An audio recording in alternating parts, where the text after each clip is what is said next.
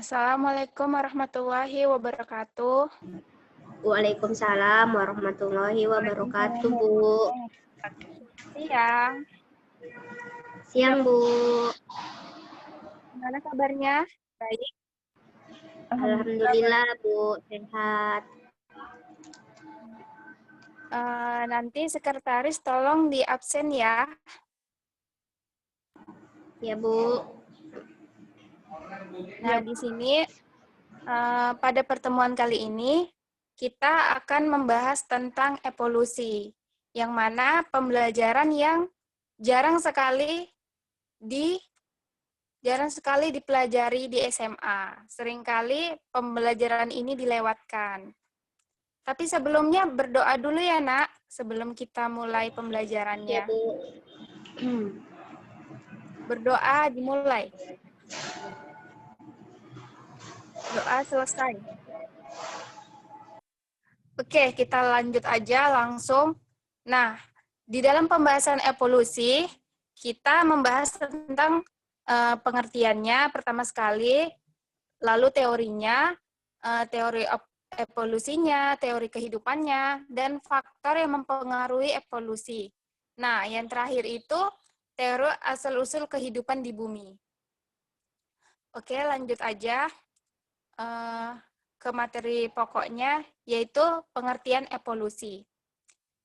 Dapat kita ketahui, evolusi itu merupakan proses perubahan yang dialami makhluk hidup secara perlahan-lahan dalam jangka waktu yang lama, dari generasi ke generasi sehingga terbentuk spesies baru. Lalu, apa sih, Bu, teori asal-usul kehidupannya? Bagaimana, Bu, teori asal-usul kehidupannya? Tentunya akan dipertanyakan pada kalian. Nah, baik Ibu jelaskan, teori asal-usul kehidupan di bumi itu, yang pertama sekali mengatakan teori abiogenesis, mengatakan bahwa asal-usul kehidupan itu berasal dari benda yang tak hidup.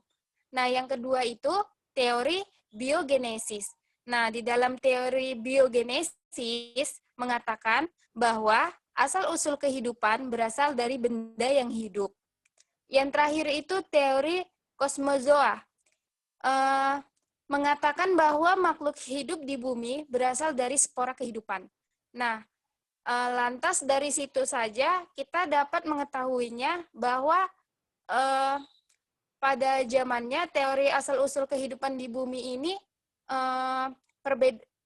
terjadi perbedaan dari asal-usulnya. Lanjut kita ke teori asal-usul kehidupan. Next, teori asal-usul kehidupan mungkin nanti dipelajari di waktu perguruan tinggi jika kalian memasuki pendidikan biologi, atau sejarah, atau evolusi. Nah, lanjut aja kita ke teori evolusi. Di dalam teori evolusi, Shillhamratz mengatakan idenya mengenai evolusi. Dituangkan di dalam bukunya berjudul Filosofis Geologi. Dalam buku tersebut, dia mengungkapkan bahwa alam sekitar lingkungan mempunyai pengaruh pada ciri-ciri atau sifat yang diwariskan. Nah, ciri-ciri tersebut itu diwariskan kepada keturunannya.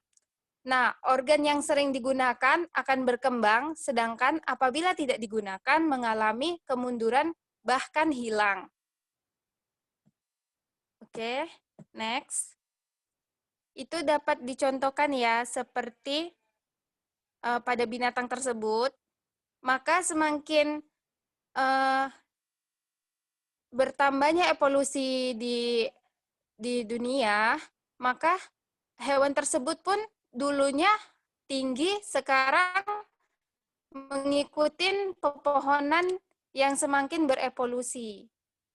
Lanjut ke teori yang kedua.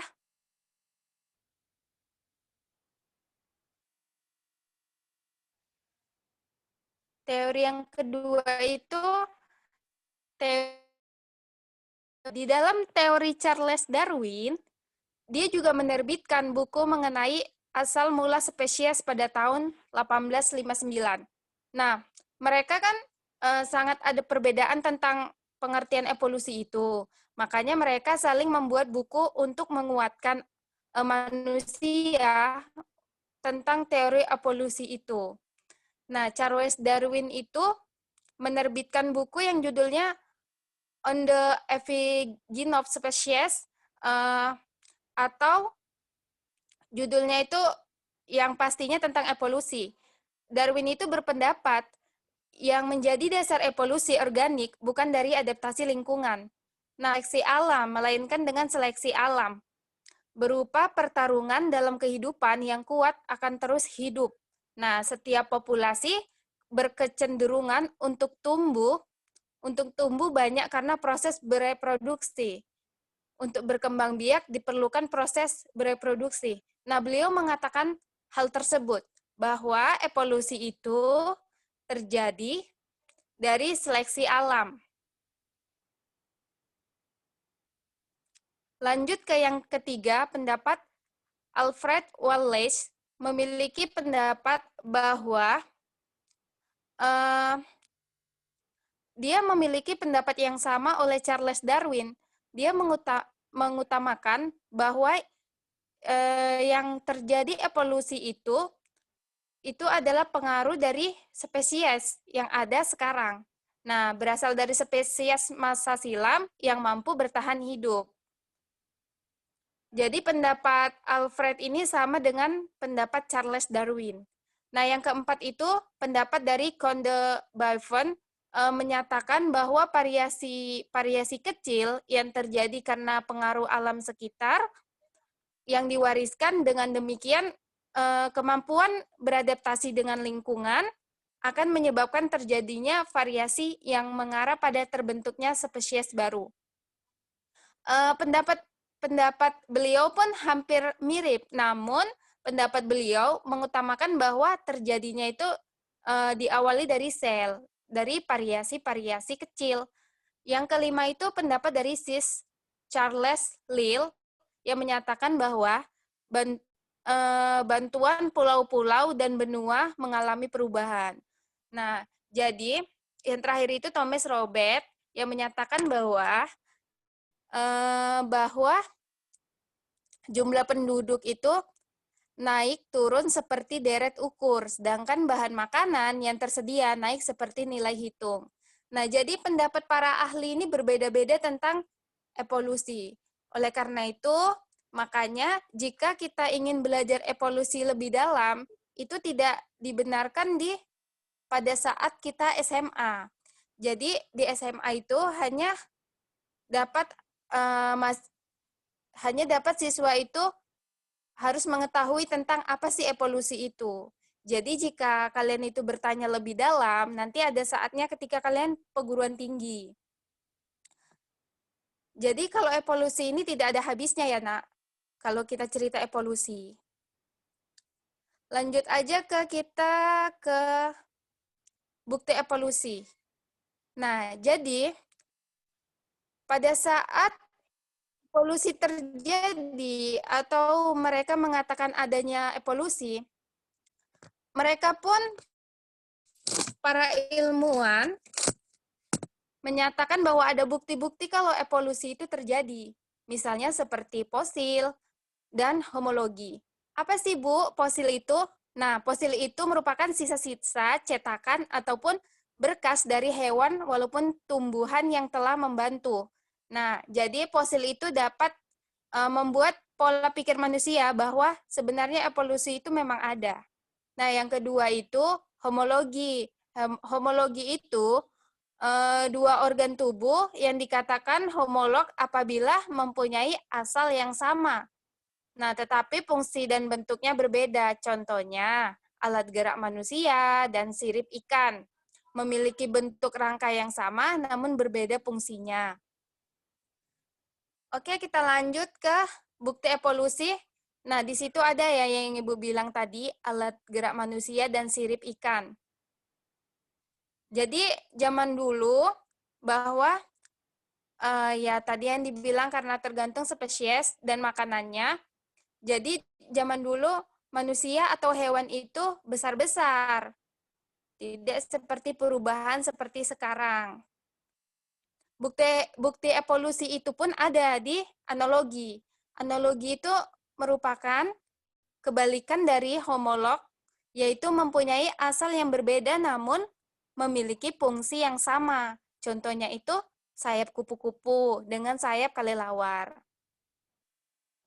Jadi, yang terakhir itu bukti evolusi dapat dilihat di PPT ya, Nak, dari embriologi perbandingan. Nah, dapat dilihat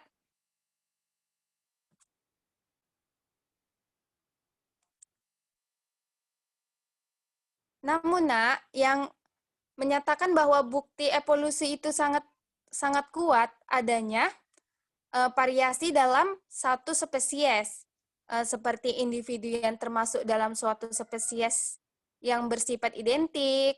Nah, yang dapat membuktikan bahwa kuat evolusi itu petunjuk secara biokimia pun dapat membuktikan dengan adanya pengujian presipitin atau endapan yang pada dasarnya adanya reaksi antara antigen atau antibodi.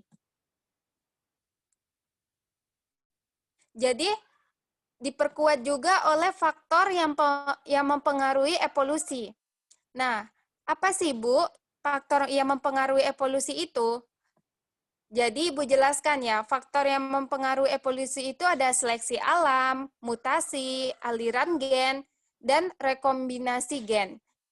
Dapat dibaca kalau seleksi alam itu teori bahwa makhluk hidup yang tidak mampu beradaptasi dengan lingkungannya lama-kelamaan akan punah. Kalau mutasi itu merupakan sumber utama bentuk baru yang menimbulkan keragaman genetik, sedangkan aliran gen itu transfer alel gen dari satu populasi ke populasi lainnya. Nah, yang terakhir itu rekombinasi gen. Nah, di dalam rekombinasi gen itu, proses pemutusan shooting bahan genetika biasanya itu DNA, namun juga bisa RNA. Mungkin penjelasan Ibu sudah jelas ya, Nak, tentang evolusi dan asal-usul evolusi itu di dalam kehidupan ataupun yang di bumi. Nah, sekarang coba kalian kan ini materi pembelajarannya sudah Ibu beri dari minggu kemarin kan, Nak. Jadi coba kalian jawab, mungkin kalian sudah paham tentang evolusi ini. Coba siapa yang bisa jawab nomor 1? Sudah dikerjakan kan, Nak, di rumah yang Ibu kasih ini tugasnya? Sudah, Bu. Sudah. Sudah, Bu. Coba siapa yang bisa jawab nomor 1? Saya, Bu. Ismi Nomor 2 boleh, Bu. Boleh. Coba Ya, Bu. Ananda Ismi Aisyah. Ya, Bu. Nomor 1. Saya di sini ingin menjawab pertanyaan nomor 1 ya, Bu. Apakah bukti yang dapat mempercayai bahwa evolusi itu ada? Jadi bukti yang dapat kita percayai yaitu ada 2, yaitu yang pertama adanya variasi dalam satu spesies, di mana individu yang termasuk dalam suatu spesies tidak pernah bersifat identik atau sama persis. Variasi ini terjadi karena faktor genetik dan lingkungan. Dan yang kedua, petunjuk secara biokimia.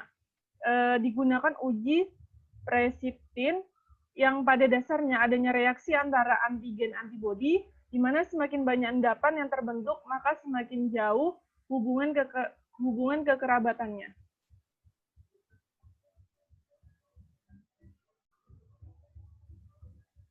Ya, benar, evolusi itu sangat nyata. Namun, sampai sekarang bukti evolusi itu sangat bertentangan, apalagi dengan agama Islam, sangat bertentangan. Namun kita boleh percaya dan memang harus percaya, namun tidak diperbolehkan untuk tentang evolusi yang nyata. eh, eh, mungkin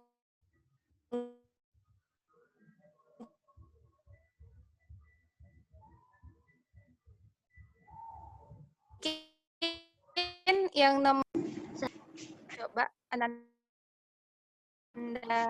Yang telah Ibu jelaskan ada 3, teori abiogenesis, teori biogenesis, dan teori satu lagi tadi kromosom atau apa ya, Bu? ya jadi PPT ya, Nak. Iya, Bu.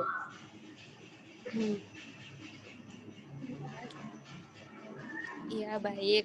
Yang nomor 3, ada yang bisa jawab pendapat Darwin mengenai evolusi? Iya, Bu. Iya, coba Nanda Eka.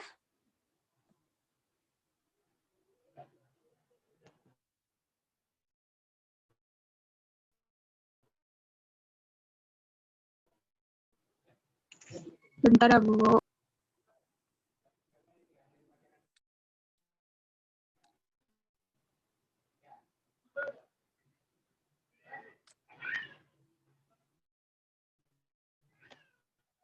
Nah, jadi saya yang soalnya itu bagaimana pendapat Darwin mengenai evolusi. Jadi menurut Darwin berpendapat, jadi Darwin berpendapat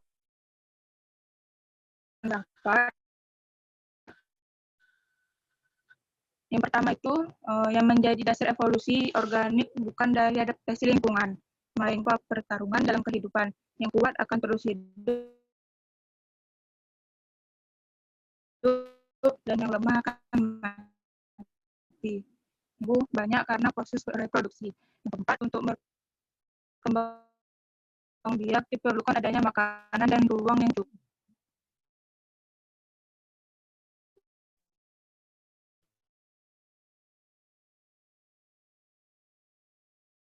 Nah, yang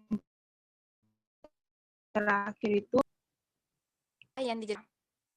Nah,